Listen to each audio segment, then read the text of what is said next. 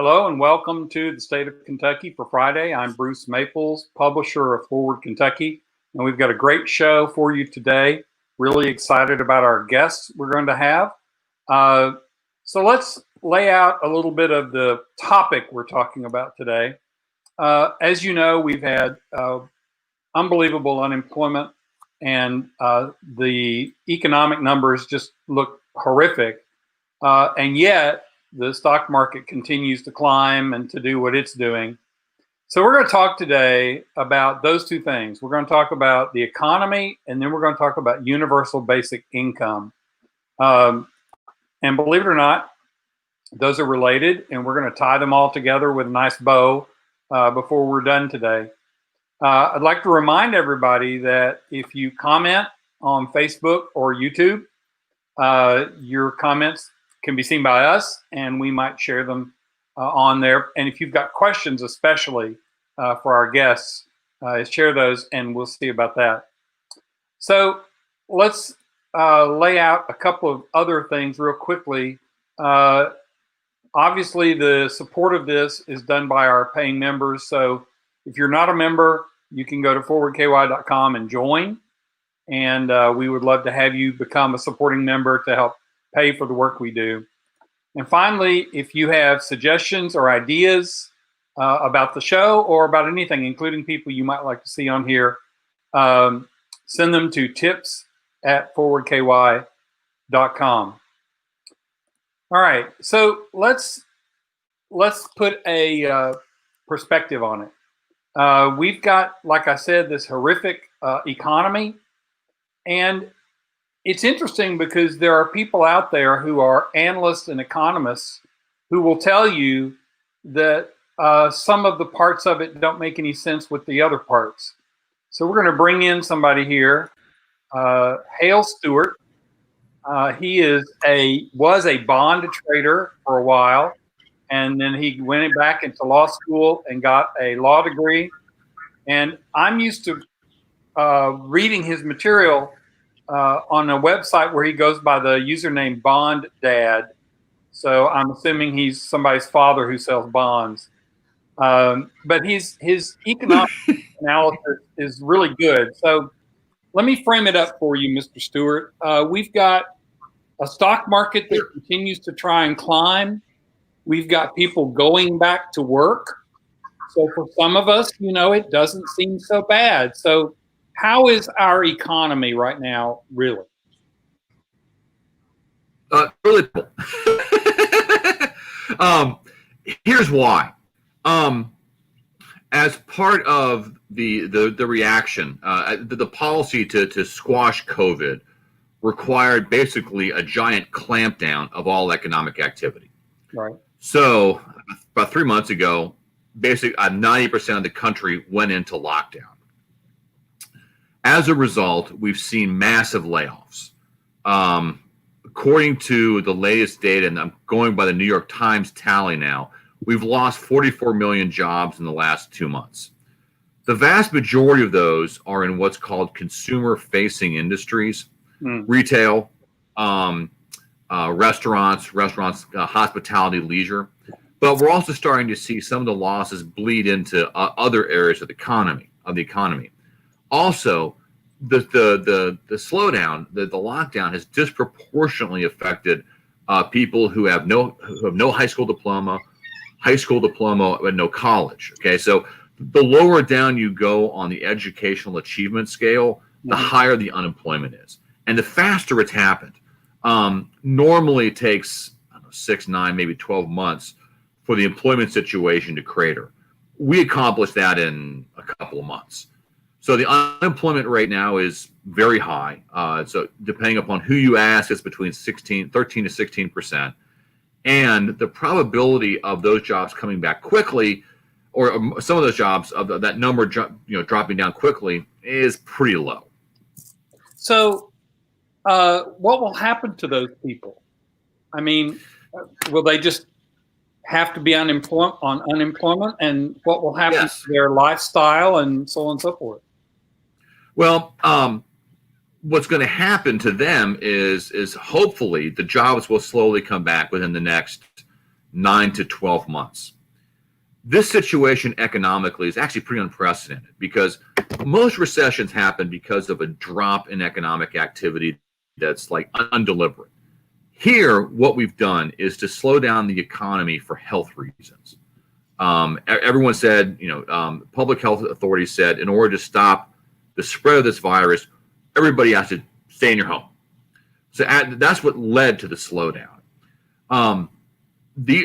Hopefully, these jobs will come back as the economy, quote unquote, restarts. At least that's the hope. For a lot of these people, they're gonna have to wait, and we'll have to see how the economy, how quickly or slowly it restarts. It's possible that we're going to see the exacerbation of certain trends. For example, in manufacturing, because manufacturing involves people standing close together, manufacturing places closed. Well, is this shutdown going to encourage manufacturers to continue the process of automation, right, thereby limiting more manufacturing jobs? In the retail arena, is this going to increase the shift from face-to-face to internet shopping? And for example, we've already seen retail jobs kind of they've been weak for the last 4 or 5 years. What's going to happen to the restaurant industry? It's a huge industry. It's really, really important at the municipal level.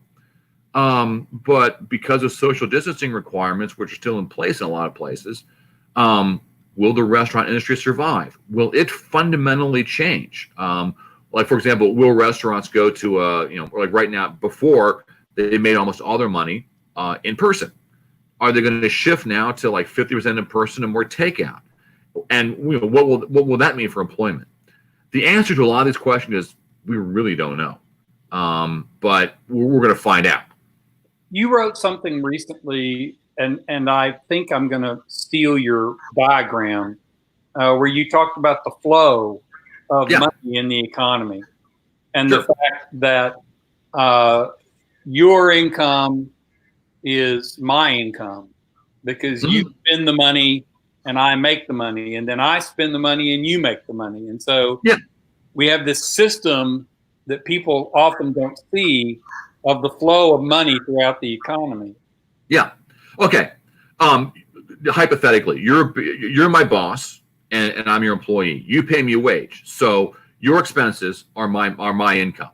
And then I buy your product. So your income is my spending.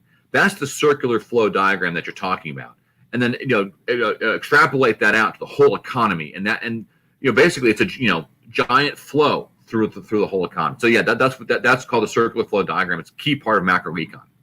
So if all these people suddenly slow down their spending or stop spending because they have no money, that's eventually going to affect everybody else, even if they do have a job. You bet. What originally caught your eye about my work was me quoting an article by Neil Irwin of the New York Times, and he wrote an article called "We're experiencing an epic quote unquote collapse in demand." Anytime you see an economist use the word demand, what they're really talking about is you and me as people, as consumers, and businesses buying stuff. So demand means how much stuff are we buying, right? And the more stuff I buy, the more activity I generate economically. And the less stuff I buy, the less activity I generate. So a collapse in demand means that both people and businesses are buying less stuff. And that means slower growth. So a couple last questions, and then I want to bring our other guest in. Sure.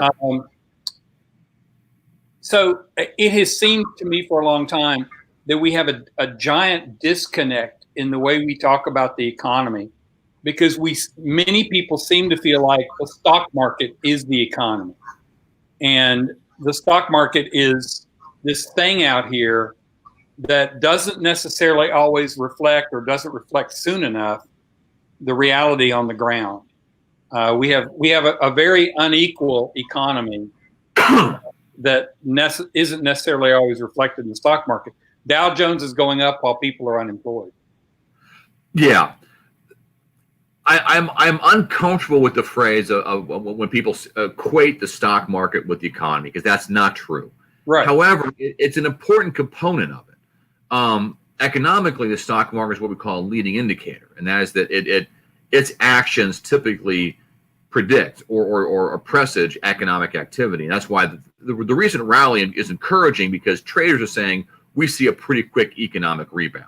Okay. Now, is there a disconnect between, is there a huge wealth gap in the United States? Oh, God, yes. There's an economic indicator called the Gini coefficient, which measures economic inequality. I haven't seen it for a while. Last time I saw it, we were approaching 1920s levels. So yeah, there's a huge disconnect. There's the wealth gap is huge, and that's why, for example, like during the shutdown, there are people who are like, and I'm in this category. I'm very fortunate. I'm a service-oriented job. I can do a lot of my work remotely. I haven't really seen a big drop in my income or my activity. I'm blessed, but there are a lot of people who are just getting hammered. And my wife and I, we go to a couple of restaurants regularly, and something that we worry about deeply is the wait staff, because we like these people, we know them, we tip, and we hope they're doing well. But these are people that they're getting hit, badly right now, and is the economy going to come back sufficiently for them? I honestly don't know, and frankly, no one does at this point. Okay, so two quick questions. One, Sure. Well, let's put them together. What do you think is the short-term solution, and what do you think is the long-term solution? Okay, short-term solution: massive fiscal stimulus that gets in the hand of employees. Okay, big increase in unemployment benefits. Make sure unemployment index, unemployment insurance is funded, overfunded right now. Extend its length and its duration. Ideally, what you want to do is get money into the hands of consumers, preferably those in the lower income brackets. And let's just say middle class on down, and for the sake of argument, $60,000 gross income down. Send money to them for as long as humanly possible. Accept the fact that we're going to see a massive increase in federal spending, because that's what's the correct macroeconomic response right now is massive federal spending. And again, a big reason why the stock market's rallied, by the way, is the fact that so far the policy response has been encouraging, and the fact that Washington said, okay, we got to open the wallet. Long term, in the U.S., ideally what we would begin to develop is national long-term planning. Now, of course, in saying that, people are going to say you're being a socialist and you're top-down planning, et cetera, et cetera. The bottom line is that some type of industrial policy is mandatory, and the reason you have to pick winners and losers. Like, for example, I think most people are agreed that the idea of the greening of the economy. Let's suppose you take the economy, we convert it to green energy, solar, wind, et cetera, et cetera. That means millions of jobs right there, which accomplishes a number of different goals. Would that be a good thing? In my book, yes. So long-term plan, some type of a coordinated policy effort for this. Okay, cool. Well, that leads us to our other topic. So I'm going to ask you to stand by for a minute, and we're going to bring in Scott Santens. He is a world-recognized expert on universal basic income. And one of the things that I think is fascinating is the fact that an idea that I actually spoke to a congressperson about less than 18 months ago, and he was like, nobody's talking about this. And suddenly, we're all talking about it. So Scott Santens, welcome to the state of Kentucky. Thanks, Bruce. Happy to be here. You might need to speak up just a little bit hard to hear. Move my mic over a bit. That's good. Okay, so you were acknowledged by Andrew Yang as really affecting his thinking about universal basic income. You've been writing about it, you've been talking about it, and the reason that we know you is because you're an advisor to Mike Breuer and his campaign on UBI. So let's start with the basics for those who are watching who may not know. What is universal basic income? UBI is essentially an investment in all of society with an amount of money that is unconditional, universal, regularly provided to individuals. So those are the four key components. just to expand on that a bit, unconditional meaning that you get it whether you work or you don't work as far as employment goes. And universal means it goes to everyone, rich or poor. There's no dividing line as for income. And individual mean it goes to actual people individually and not like, say, households. And this is something that needs to be, monthly, biweekly, or weekly. That's what a UBI is. So no means testing. No means testing. Okay. So wait a minute. So what does it mean when it says basic income? What do you mean by that? The word basic, as far as basic income goes, is really just saying that it's going towards, basic needs. If you get, $500 per month, $1,000 per month, even just like $100 per month, like all of those levels, you're going towards basic needs because you need to eat, you need to pay for your housing. That's really what it's about. So if let's just suppose, for the moment that we actually did UBI. So everybody just sits around and doesn't work, right? Yeah, that's the common belief. But it's interesting that it actually removes the disincentive to work that the existing programs have. So, the Republicans came out with when we did the $600 per week boost to unemployment across the board, and complained that this was incentivizing unemployment, that we actually created the conditions where people who were working in jobs considered essential, they were actually earning less than the people who were unemployed in these non-essential jobs, who were, they were actually now earning more. So by having like a floor, this universal floor across the bottom, then you could actually make sure that everyone who is working actually is earning additional income on top of that floor. And then they're all, there's no such thing as the people who are unemployed being equivalent in income to the people who are working. So it actually provides an incentive to work by not punishing people for working, essentially. That's a great point, and one that I had not heard vocalized before. So what are I think there's a lot of advantages that we can see, but let me let you name them. What are the advantages of UBI? Well, there are many advantages, but let's just kind of focus on what these are, let's say, in this present pandemic.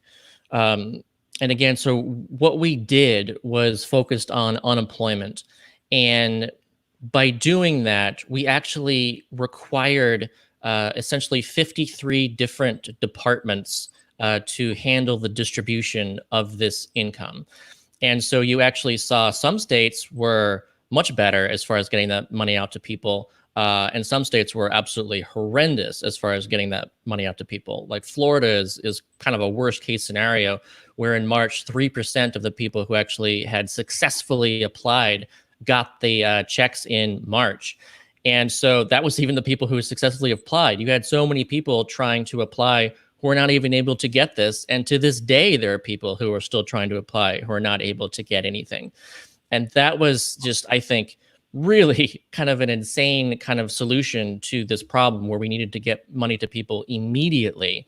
And here we are, people are still waiting. So if we had done an emergency-based income and just said, all right, let's just get money to everyone right now, then you wouldn't have had that issue, because it would have just gone directly to people instead of going through the states and leveraging their various systems. And that's a really important part. And also, when it comes to means testing right now, when you're trying to decide who should and should not get this, like with the stimulus payment. So the stimulus payment started to claw back at around $75,000 for a single adult, and disappeared at $98,000. So anyone earning over $98,000 got no stimulus payment. Well, looking at that, it was judged on the previous year's incomes, because how else do you determine that?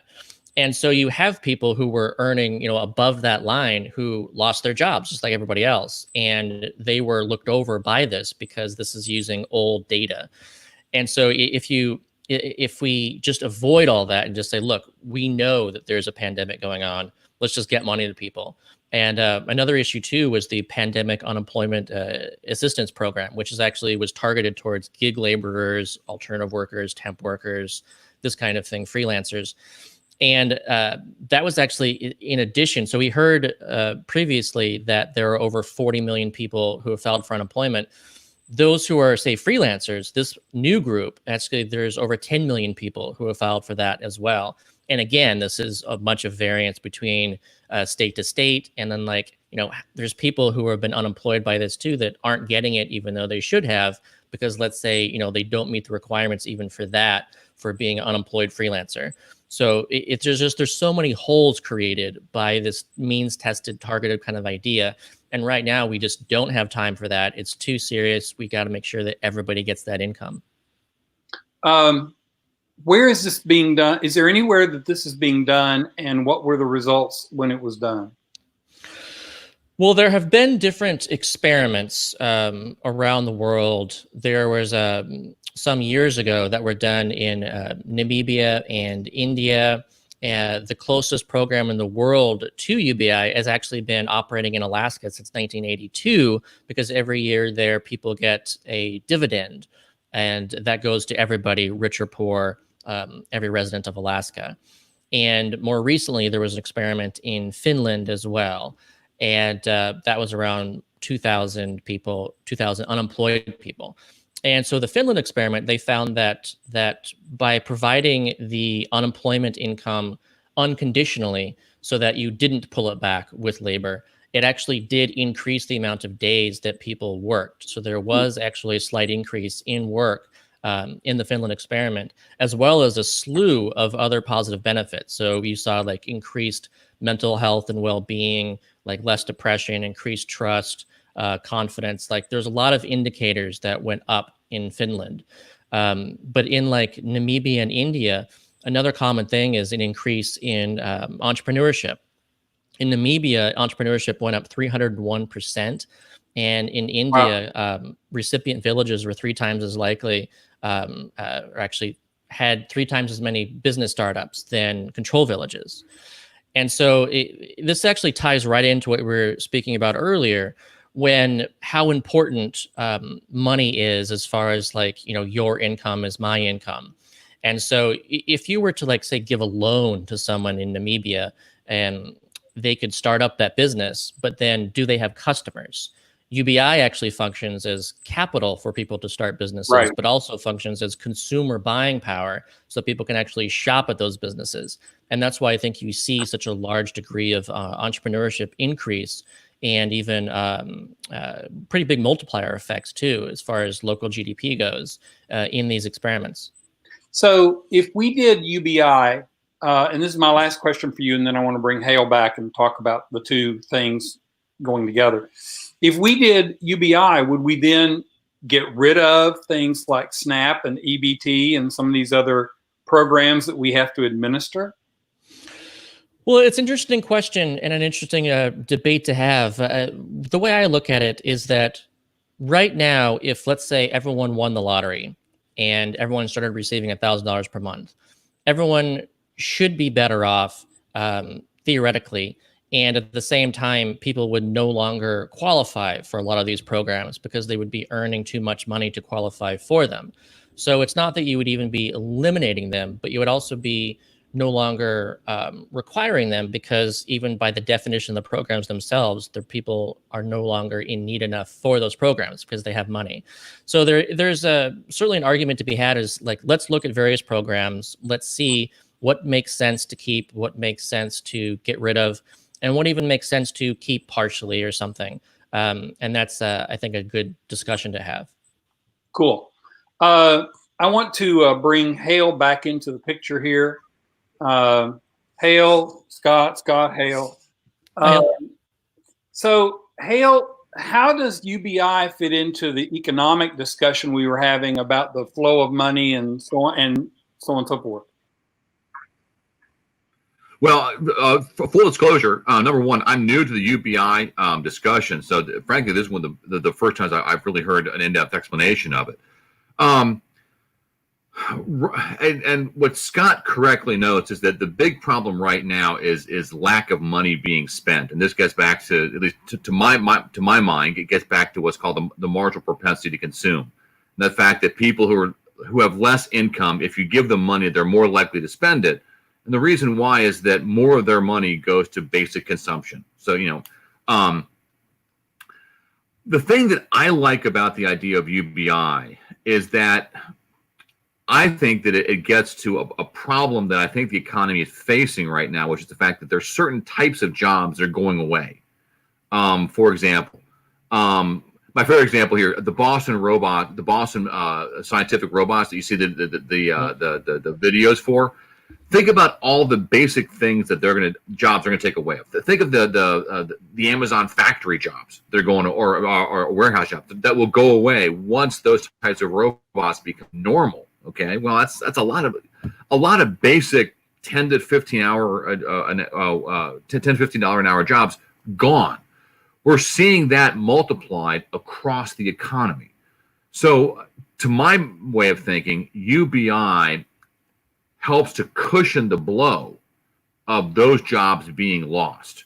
And think about the huge swaths of jobs that are going away. There's talk now about fast food chains using kiosks. So that's a cashier that goes away. Well, multiply that out across every McDonald's and Burger King that are out there. That's what I like about this idea a whole lot, is that it cushions the blow. And the fact that it increases entrepreneurship, which I didn't realize, but I love that idea. Because people are it's kind of like when you make healthcare universal, because people are less worried about losing their healthcare, they're more likely to change jobs to a better job.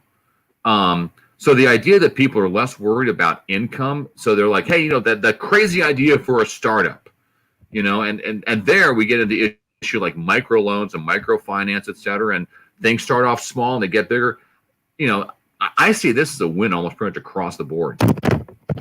Earthquake. So.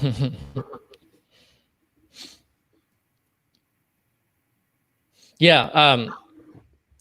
There's definitely the reduced risk aversion effect where, healthcare is right up there too. And if you can disconnect people from these things, then absolutely they have more ability and less fear to do these things. And when it comes to automation, this was already something that was impacting people. And, a lot of the discussion around automation is really kind of like what's coming.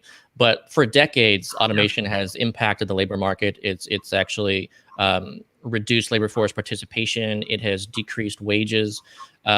It has really been hurting people. This is actually has been resulting in the deaths of despair that Deaton Case have done their research in. Yeah. And here we are right now, and it's like this is a perfect storm for automation because robots don't get sick. And so suddenly it already made sense, but now it makes that much more sense. And so there was a survey done of employers around the world, and over 40% of them were now advancing their investments in automation because of this pandemic. And, so here we are. There was a paper out of the University of Chicago that estimated that 42% of these jobs lost are gone for good. Yeah. And a lot of that has to do with automation too. It just accelerates the trend. Yeah. Has there been any research that UBI is a disincentive to work, or any data on that? Because that's the primary argument that we used against it. Yeah, so that's what we discussed earlier. Is this we just from an understanding point of view, that the disincentive to work is from the existing unemployment systems because you remove that income with work. So actually, it removes the disincentive that comes with work. Okay. And like with Finland, did find that that's exactly the case. That it did reduce the disincentive, and actually people did increase their work. And you even see this, pretty much every experiment cares most about that. So there's actually a lot of data around that. And in Alaska, actually, this is the longest running essentially UBI experiments. It's a small UBI of around $1,000 to $2,000 a year. But even if you look at the effect that has on unemployment, they found that there was a study done, let's say a year or two ago, I believe, that looked at the effect on Alaska, and they found that there was no impact. There was no net impact on full-time employment. So there was like a small decrease in employment, but then because there was an increased demand, people spent more, then it created more jobs, then more people would get, so the net impact there was zero. But then part-time employment had a 17% increase in part-time employment. And I think part of the reason it had such a larger impact on part-time employment is essentially the employment that's most disincentivized from existing conditional systems, because it doesn't make any sense to, if you're getting $1,000 per month in conditional welfare and you get a part-time job of $1,000 a month and you lose everything, then it's like, well, why would you accept that? You have to wait for like a full-time job that is paying enough to actually ramp you out of it so you increase. But with Alaska, you're not punished for that. You have that income. And so I think that and also the increased demand too. And so, yeah, that improved there. But even in the experiments in the 60s and 70s, actually under when we almost passed a family assistance plan under Nixon and a negative income tax variant of basic income, you also saw that the only decreases in work were in essentially mothers using it as paid maternity leave who just gave birth to new babies, and also students who essentially used it to go back to school and either finish high school or go to college. Like those were the biggest impacts on work. And when it came to primary earners, they actually didn't reduce their work at all. There was a slight reduction annually, but the reason it reduced was that people were actually spending longer looking for the next job. And I think that's arguably a good thing, because you want people to find the job that fits their skills best, that has the highest income. And then if all you're doing is accepting the first job that comes along, then obviously that's going to have negative pressure on wages, and you're going to be connecting people to jobs that they're not necessarily the best fit with. So, well, the problem with everything you said is that that's facts and data, and that means Republicans won't listen. But aside from that, great stuff. So Hale talked about need for massive federal spending to get that circle going again. Scott, what are you hearing, since you're the UBI person, what are you hearing about UBI from elected officials? Well, the closest things, there's two bills in the House, and that's the Automatic Boost for Communities Act, and also the Emergency Money for People Act. And then more recently, there's the Senate bill from Bernie and Kamala Harris and a couple others that is similar. All these things, well, the Emergency Money People Act and the Senate bill are both $2,000 per person with a clawback at around $100,000. And the Automatic Boost for Communities Act is actually a fully universal $2,000 per month for the duration of the crisis, and then going down to like $1,000 per month for a year. But these are the programs that are getting forward this let's get money to everybody, or at least most people kind of thing. And yeah, it's for the most part, it's all Democratic support. Republicans are not getting behind any of this yet. They got the stimulus payment, and now they're just like, maybe we'll need another one, but probably not. Things will be fine. And I think they're run for a real rude awakening, especially as we get towards the expiration of unemployment at the end of July, and also the expiration of the no longer evicting people from their homes that we had. And so it's going to be, they're going to get some massive, I think, calling and pushback and anger and everything. We'll see what happens then. But right now, Republicans just are not really interested in this at all. All right. So Scott Santens, Hale Stewart, thank you for being with us today and talking about the intersection of what we need to do about the economy and universal basic income. I think both of you have really good points to make, and I hope that people listen. This will be up afterward on YouTube and Facebook, and also on our site. And I hope you share it. Feel free to share it with other people. Thank you both for being with us. Absolutely. Thank you, Bruce. All nice right. meeting you. Thank you. Take care. Bye-bye. So as we wrap up today, I want to let people know that we are opening ourselves up to advertising. And I took the time to put together a commercial, which normally we would play in the middle of the show, but I'm going to play it here at the end just because I took the time to do it and I feel like doing it. And then we'll be done for today. So let's watch this and then I'll say goodbye.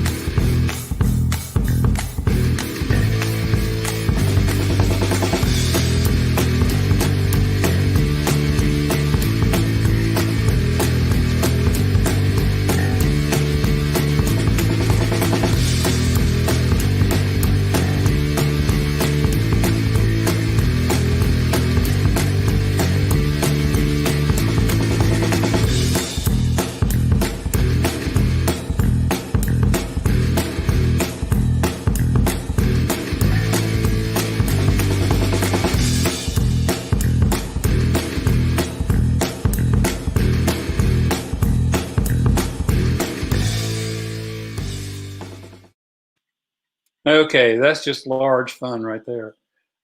We thank you for being with us, and we'll have this up later. It's also a podcast, so you can listen to just the audio if you would like. Be with us next week for the State of Kentucky, Friday at noon. Thanks a lot.